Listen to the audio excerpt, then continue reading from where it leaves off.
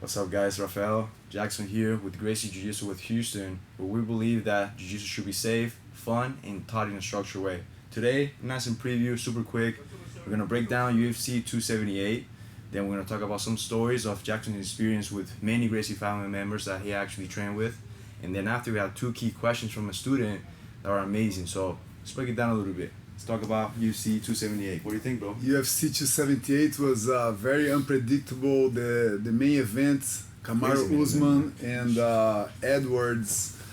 Kamaru Usman had an amazing record of never being taken down to the ground in any of his fights. I think he was like 15 fights winning a row in a streak. 14, 15. And nobody have ever taken him down. And then guess what? Edwards go there and use the leg hook takedown, the most basic technique that we learned here in the Combatants program. I was like, wow, how is that even possible? And that's how it is. The technique is so basic, but when applied in the right moment, it's incredibly efficient. And he not just took Kamaru Usman on the ground, but he lands on the mount position. And that was incredible how that just happened with such a high level athletes that's professional fighters. And not just that, but the guy have never been taken down in his whole career. Yeah. And then Edwards go there and like from nowhere, take the right moment, bounce in the cage. When they turn, the leg comes and they're like, boom, collapse on the ground and he lands on the mount. So you want to show them how that goes? So they're here in the wall. They're like in the wall here. And then they scramble here, boom, boom, boom. And then when Kamaru tried to get off the wall, they tried to get out, and that was the connection right here. And he went down to the ground and lands on the mount position, and then control here. And then I don't remember what's happened after here. I think for me, they control and then maybe they roll and take the back. I think they roll and take the back. Yeah, take the back and try to choke him for a while. And in just that transition there, and one more time here, and the leg hook takedown is so simple, right? Here, you just go like, and it's a leg hook. You drive, you set your leg behind the leg, and you drag them towards where they have no base, and then they go to the ground and connect you to the mount position.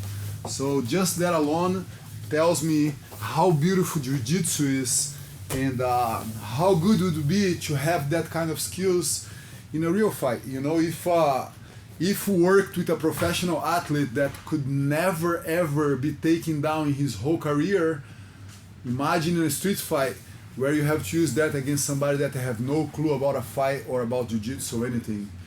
You know, that was very nice. When I saw that, I was impressed. We broke down last 2 weeks on the last UFC.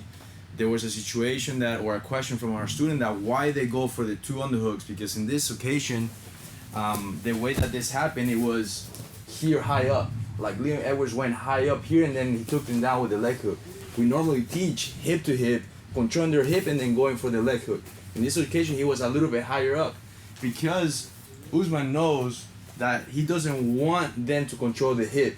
So he was defending a little bit, but at the same time, Leon Edwards was taller. And they're walking too. They're walking, move away from the cage, and he just took the right moment, the right time there. And now, in the case, like, if I control Jackson high up, he's taller than me, so it's not going to be very advantageous. I want the hip. In his case, if he goes on the hook and controls me high up here, this is horrible for me. So he can take me down, no problem. In the case of Leon, he was a taller guy. So he took him down beautifully, man. That was awesome. That was really good. Yes. Anything else from any of the other fights? I think that was enough. That was enough, you know, for just that technique there to take That's it. a guy that never been taken down. That was good, man. So, yeah, just to show you guys how Jiu-Jitsu can be very efficient, even at a high level, and in a street situation where you have to take somebody down and control them on the ground. That's our first class. Yeah, class number one is trap and roll and leg hook takedown. Leg hook takedown. Class number one is going to be the first class that you're going to learn the Combatives program. Yeah. And you know, the Combatives program was just designed to make it simple and works. It just works. Awesome, guys. So let's continue to the story time because I want to hear it too. So let's go for the story time and we come back. So one student asked a question about what's the experience that Jackson had when he was in Brazil or training with the Gracies, because he trained with the Gracies for so long. So he asked about that experience that he has. So let's take advantage with the story time block so we can tell the stories. So I was very fortunate when I moved to America in 2011. My master, Hillion Gracie, invited me to come and run one of his new schools here in Houston. And immediately I saw a great opportunity to be around him again because I haven't seen him in such a long time. And when I moved here, we ended up living in the same house for more than 6 months. He was coming from Miami, and we shared an apartment here, and I was pretty much living with the youngest son of Carlos Gracie. You know, we are eating together and doing everything together, teaching classes, and it was just amazing. I remember I used to wake up in the morning and look and see like Helion sleeping in a sleep bag on the ground, and he's such a humble guy. You know, we just sharing this little apartment, and I used to look like, I can't believe, man, this guy is a big icon in the family. You know, well known in the family to have the best guard in the family, and we used to brainstorm technique wise and stories. You know, he tell me like all the stories of the family, and we finished class at 8 o'clock, 9 o'clock p.m.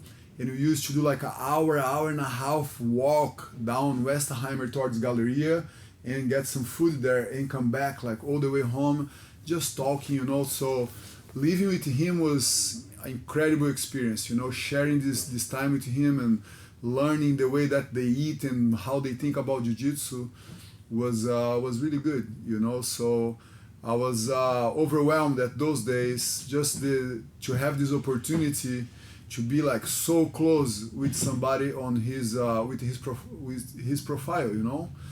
And then recently I had another amazing experience to be able to train with Master Rickson Gracie, you know. I got in touch with Master Rickson Gracie after he go to Joe Rogan podcast, and he was describing his back problems and everything what's going on in his life. And that was enough for me because I knew I had something that I could share with him. So through Helion Gracie, that's our professor, you know, somebody that's we see all the time and we are connects. You know, I called Helion and I say like, Helion, we need to help Master Rickson, you know, and I'm sure we can add something that's going to benefit him in regards to his back problems. And then Helion made the connection. And one day from nowhere, I was in the line waiting for my daughter to pick up my daughter, and my phone ring with a random number for California, and I answer, and hey Jackson, what's up, man? This is Master Rickson Gracie. I was like, no way. And then I started to talk to him on the phone, and he said, yeah, Helion told me that you can help me with my back, and let's set things up. I'm gonna give it a shot. And then I talked with my friend Jesse Salas, that's the head instructor from Foundation Training, you know, the director of all programs. And Jesse is a very good friend of mine. And I said, Jesse, Rickson is open, and he want us to go there to Los Angeles and help him with his back. So that same time when Jesse turned off his phone, he already bought a ticket. And that same night he flew from Hawaii to Los Angeles. And the next morning he was there with Master Rickson Gracie. That was like how much we want to go and help Rickson. And then 2 days after, I land there too. And we spent like the whole week immersed at Rickson's gym, you know, teaching like our foundation training. And then after that, he come like, okay, did you guys have your gis on? Put your gis on. We're going to train jiu-jitsu. And I was like, wow, train jiu-jitsu with Rickson. And then we stay like an hour and a half sometimes, just like talking about jiu-jitsu, and he's sharing experience with us and the technical part, all related to self-defense, 100% self-defense. And you know, this generation, the second generation of the Gracies, Rickson, my master Helion Gracie, these people, they are really immersed into self-defense because that's what jiu-jitsu was before. And one day, I finished the session with Rickson, and Rickson like, hey, what are you gonna do tomorrow? I said, man, I'm here in town. I'm available for us to practice foundation training as much as you like. And he said, oh, what about we meet tomorrow, Saturday? And I said, of course, just let me know what time. And he said, okay, we're gonna meet at 4 o'clock. And I remember I even went to the headquarters to train with Henry and Helion, and I didn't join the class because I just want to be close to my phone. I don't want to miss that phone call. And Helion came and like, hey, come on, let's train. And I said, no, I can't, man. I'm waiting for Rickson to call me. And like, oh, okay, you can bring your phone into the mats, he said. I said, no, it's okay. I'm just going to stay here because even if I have my phone in the mats, I may get distracted and I don't want to lose the opportunity to go and see Rickson today. So that was the most special day that I had with Rickson because we went to his gym, just me and him. and we stayed like maybe 3 hours there. We did foundation training for a little bit, and that day he was excited because his back was feeling better, you know, and he just want to give back. And we spent like hours training jiu-jitsu and talking, and of course Portuguese talking is much easier to communicate, and he tell me stories, and we took a lot of pictures. And jiu-jitsu wise, we trained for a long time because he was feeling good, he was feeling alive. And that experience was just like a mind blow for me. When I left his gym, was already like the sun was coming down. And I remember I sat on my car and I got my phone and I started to write down the notes of everything what I learned from him, because I don't want to learn any details of what we talk and all the techniques that we went through. And I remember he tell me like, Jackson, if anybody gonna pay me for a session like this, you have no idea how much that costs in terms of money. If I'm gonna do that for somebody that wanna pay me for a session like this, would cost like thousands of dollars. And of course, for what you're doing for me, you put your whole team of foundation training here to help with my back, and I'm feeling it. I'm feeling it. I'm feeling better. I'm feeling stronger, and I can't be more thankful for you guys for that. You know, and then other sessions happened, but that Saturday was special. That Saturday was just me and him in the gym. The gym was like kind of dark inside, just like the sunlight. He opened the door, and I remember the sunlight was coming in. After the training session, he came and he opened the fridge like, hey, get any drink you want. And I just grabbed a bottle of water, and he got a water too. And then we are drinking the water bottle, and like broke sweat. We trained like for real. I could not believe like how much we trained. Even though that he was saying that his back was not 100%, but he was feeling better. We actually rolled jiu-jitsu, you know. And then he started to go through all the pictures on the walls, you know, like his studio is like have all these pictures, his trophies from the Pride, from the event that he fought in Japan. And he was going through the pictures, and one of the pictures was Zulu, the Brazilian guy that was his first fight, that his dad put him to fight when he was 18 years old. You know, Zulu was the biggest fighter in Brazil, and Zulu was looking for a challenge because Zulu have defeated everybody. And then Helio Gracie called Zulu and said like, I want you to fight my son. And my son is 18, and Zulu kind of laughed like, I'm not gonna fight your son 18, I'm gonna destroy him. And Helio say, no, I want you to fight my son. And that fight actually happened. And he was showing me the picture, and he pulled his gi and like, can you see this scar here, my knee here? And there's this big scar on his knee here. This is when I kick him right in the mouth. He come to take me down, and I land like the most clean knee on the face that I ever did in my professional career. And he fall on the ground, and I thought he was dead. I thought he was done. And that was nothing. He just stood up, and I could see his eyes, like how angry he was, and he came after me, and the fight lasted. I don't remember how more details about this specific fight, but he said like, Jackson, that knee was so clean. I opened my knee here on his teeth, and he just kept going, and the battle kept going. And then of course he defeated Zulu twice, taking the back and choking Zulu when he was 18. And hearing from him, you know, he describing where that scar came from with the picture on the wall, here from the master. It was just like, man, this is incredible, you know. It's different. And it was so. This was by far, you know, the two biggest experience that I had with the Grace family. You know, one was very long with Master Hillian, you know, and then Rickson was a couple of weeks that we on and off we trained together. And you know, these people, they're amazing, you know, and they just want to do jiu-jitsu, you know. Their life is, they are at service. They want to share jiu-jitsu. And from both of them, I always could feel like any conversation you have, hey, let's make some food. Okay, but let me show you this technique first. You know, and you go, and that's like a 30 minutes, hour discussion about how to escape from the mount or how to use the guard, you know. So these like happen often, you know, like you can be doing anything, they're gonna come out, let me show you this technique here, you know, let me show you, what do you think about this? And you like discussion about jiu-jitsu for a long time. So I was very fortunate to have this experience, and I had like contact with other Gracies too. Can I talk more, or that's enough for today? That's enough for today. That's enough for today. Maybe next time I want to tell you guys, one day I was having dinner with Hillian, and Renzo called Hillian, and Hillian answered the phone. Hey Renzo, what's going on? I need to meet in your gym right now, and that was a crazy one too. But I tell you guys, next time I talk about a little bit about Renzo, the experience I had with Renzo.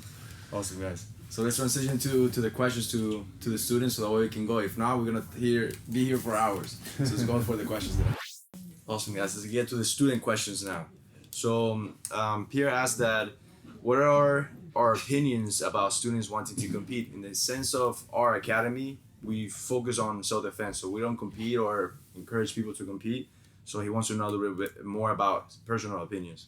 So Pierre Phillips, he's a very dedicated student, you know, very, very talented. He's really good. He understands jiu-jitsu in a different level.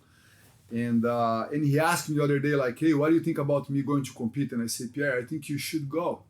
I think you should go because competition is a good experience, you know, like you have to deal with that stress to go in there and fight somebody that you don't know. And for a student like Pierre, I recommend him to go. You know, Rafael, if Rafael come to me like, hey, what do you think about me going compete? I said, man, why not? Go, experience. Everything is jiu-jitsu, you know, competition is jiu-jitsu. But in the other hand, there's other students here in the gym, if they come and ask me, like, hey, what do you think about me going to compete? I'm not going to encourage them to go. You know, in the end of the day, going to be their choices. If they really want to go, they go. But I will not encourage them to go because I know the intensity of a competition. I compete for many years and I know what's out there. You know, you're going to fight somebody that you don't know. They're going to do everything they can to defeat you regardless of the outcome. You know, if they're going to injure you, if they're going to get on your foot, on your arm, and you're going to land on your knee, they're going to jump in guard. There's so much danger involved in a competition fight that I don't recommend that to everybody that trains here with us. You know, some people, I think they're going to have fun there. Other people can be the last experience of jiu-jitsu. I know some students here, if they sign up for a competition, they're going to get incredible nervous the days before. They're going to get to the tournament super nervous there, and they may get hurt, and that's it. That's going to be their last experience, you know? So I would rather keep them here in this safe environment, okay? And let them experience jiu-jitsu for many years to come, then send them to a tournament where it can be the end of a lifetime of jiu-jitsu, you know? So I think competition is great for certain kinds of students, okay? Some students gonna go there and gonna have fun. Maybe they're gonna do once or twice and that's enough. Some of them may find out that they just want to do that now. And I'm okay. If the student come to me and say like, hey, I think I want to join a competition team now because I think that's great. I'll be like, great. It's jiu-jitsu. Go and enjoy it. Even the risks of getting injured, like gonna go competition training, you know, a lot of gyms do competition training, that training specific to simulate the intensity of a tournament. You know, very dangerous, very intense. You know, they go after it regardless of what's going to happen. I'm sure that's, let's say, 80% of our students, even more, 90% of our students, they're not going to fit there. Okay, so I would not encourage them to go. Some of them, yes, some of them not. I can read which student can go, and that's what's good of training here with us because I have the experience. I know how both sides works. So I can really recommend to the students what's better and what's not. But I'm never going to tell the student, hey, don't go. If you go, you cannot train here anymore. I don't think that's fair. You know, everybody should be able to do their own choices.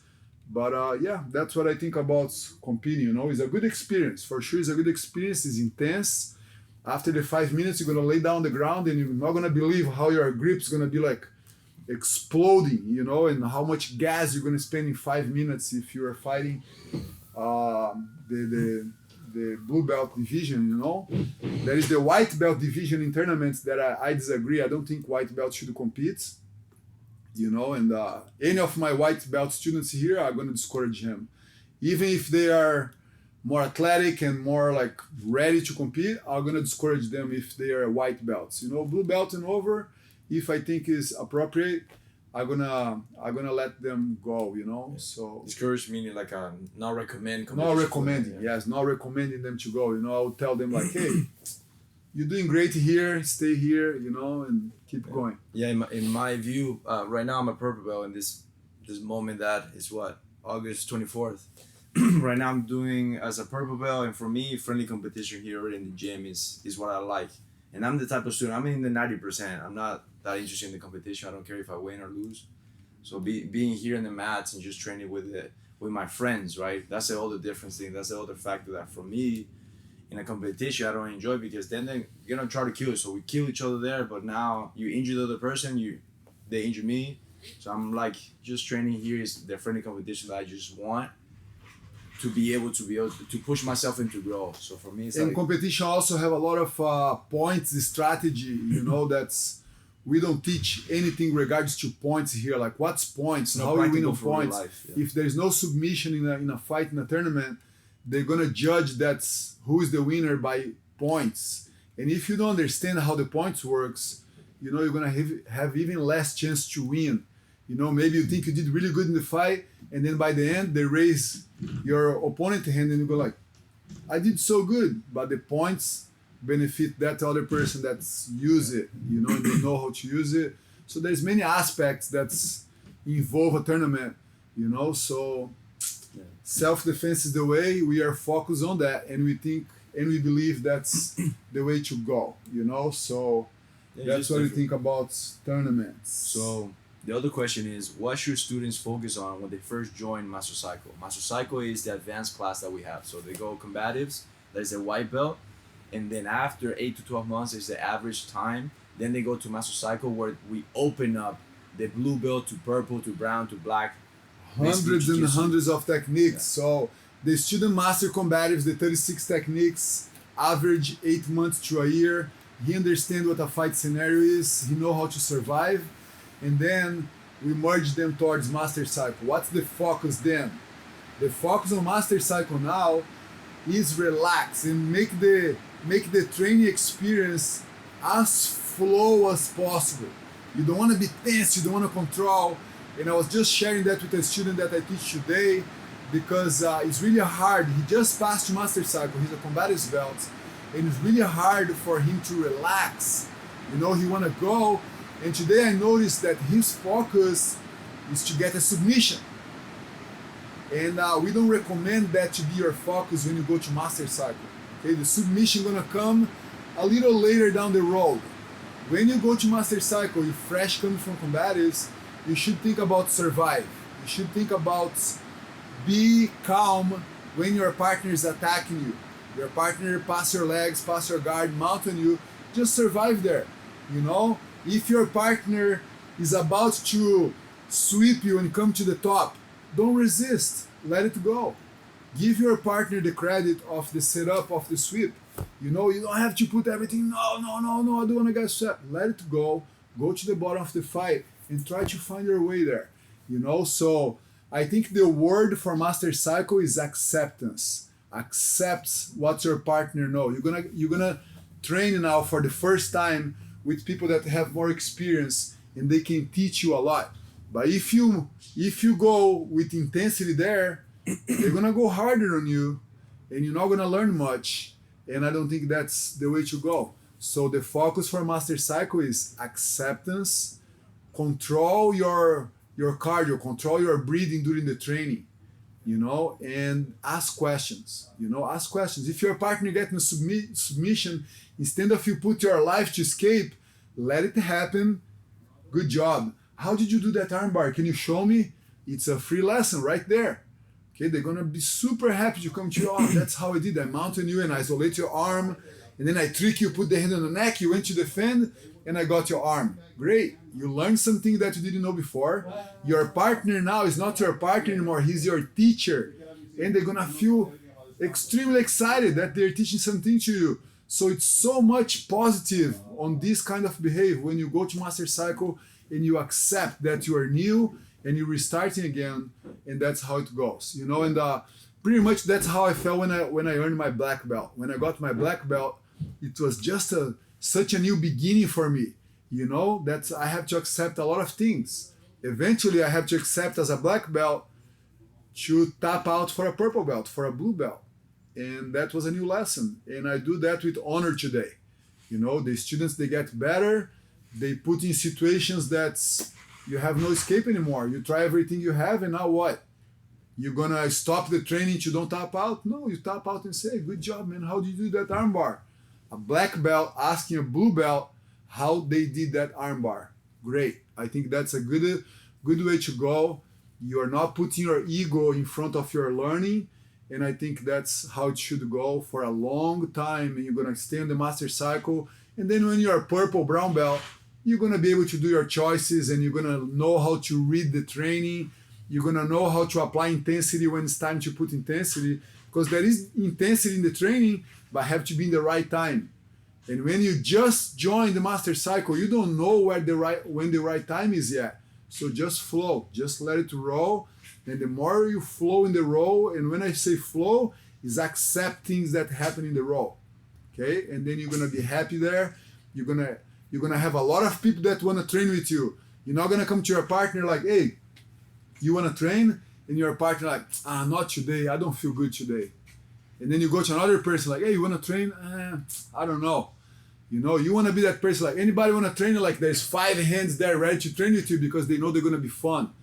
You know, so that's the way to go to master cycle, and to be safe and secure there the whole time. I was gonna say I'm a product of that, right? So the moment that I went to master cycle, even is before, a little bit before than a blue belt, and the way that Jackson started, the way that I started was a little, not even competition, but just jiu-jitsu. The way we were training before, a little bit more as a weapon. And my first study was defending all the time, and that helped me a lot to be able to be calmer and to assess some positions and to survive and to defend, and now as a purple belt, I'm getting my timing on my escapes a little bit better, and then like I'm just focusing now on different things. But after I pass that calmness, I can see things more instead of trying to panic and escape out and then getting caught more. As well, the other benefit is the injury side. In the 6 years I have been here, like it's just maybe a jam finger. The rest, like injuries wise, that had kept me off the mat, nothing. And that's why I like the friendly competition here. That's why that's defend and survive is very important. The first time for years, so that way you can be able to be calm, avoid a lot of injuries, and be able to train longer, because that's what keeps us here. And that's what makes us learn fast, is just more reps. Because we are in the mats instead of being off the mats, recovering and healing because we got injured, because we spasmed. So that's another benefit there. It's incredible. So awesome, guys. So think about defend, control, survive, and submission is gonna come later on. Okay, submission is the fun part, right? You get the submissions, but take your time, play safe, be a good training partner, ask questions, and then after the submissions, they're naturally gonna come, and you're gonna enjoy them very safe, and then life to come, training and applying jiu-jitsu in the way that you like. Awesome. So there's one thing that we discussed at the beginning, that was the competition side. So if you today, you tried a competition gym or you tried a different gym and your experience of jiu-jitsu was just horrible. Horrible, when I say that, is just you got injured, did you know what to do, felt discouraged, frustrated, overwhelmed, and you want to try something that is a bit different, a bit more safer, a bit more fun, structured. We're in the West Houston area. There's a link below where you can reserve your day to start your free trial. So there's 10 calendar days that you're going to try it out, and you're going to start in the self-defense like we talked about. So it's going to be the combatives first, so that way you can be able to go through the whole program, learn the basics, and then after you pass the test, 8 to 12 months, it's going to be a little time, then you will go to the sparring part that we talked about. Yeah. And that's what you're going to start to focus on. So if you're that person that tried it out, but you got all those feelings out, discouraged, frustrated, injured, and there's you a think student, that jiu-jitsu was too hard for you, give yourself another chance and come and try jiu-jitsu in a very safety environment with a very proper structure where you're going to learn. You know which class is going to be every day. You have access online for all the classes. Incredible friendly environment. No sparring, no overwhelmed. You're going to just have fun in the class, and you can try it for 10 days. That's how much we trust our program. 10 days for you to try, no commitment. After the 10 days, if you love the program, you sign up. Otherwise, you just don't sign up and just go, and then you know what jiu-jitsu is about. Yeah. So there's two experiences, right? You come in, there's a student that came in, he did 3 lessons in a different gym, more related to the competition side. He got injured every single class. So his trial was $10 each class. He paid $30 to get injured in every single class. So he came here and saw the difference. He stayed. Wow, we have found a so many of community. these, so many Yeah. here, guys. People Now- that's tried and you know they didn't make it, and they come here And they now. come They're here. like, wow, this is the way. This is the So- way to go. Guys, this take it a chance, give it a chance one more time, and try it out. If you don't like it as well, no problem. Just return the uniform. We're good to go. GracieUniversity.com, guys. Check it out. Well, that's gonna be the lessons. If you're gonna go to ours here, specifically in West Houston, you're gonna check the link below so you can reserve the 10-day trial. See you guys next time.